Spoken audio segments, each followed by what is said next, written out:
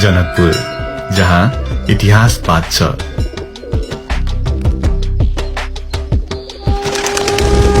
संस्कृति झल्किन्छ।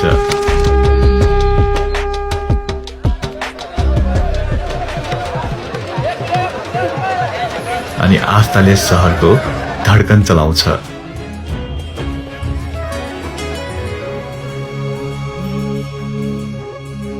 सानो कर्मले ठूलो परिवर्तन ल्याउँछ। जब हाम्रा नानीहरूले राम्रो गर्छन्, शहरले पनि सिक्छ।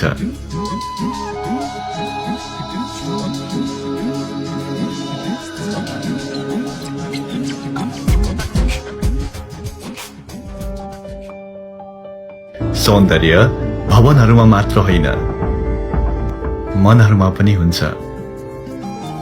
जब हामी मेहनत र सद्भाव राख्छौं, हाम्रो शहर साँच्चै सुन्दर बन्छ। ज्ञान मात्र होइन, असल मार्गदर्शन पनि जरुरी छ। अक्षर विद्या मन्दिर, जहाँ ज्ञान, नैतिकता र उज्यालो भविष्य निर्माण हुन्छ।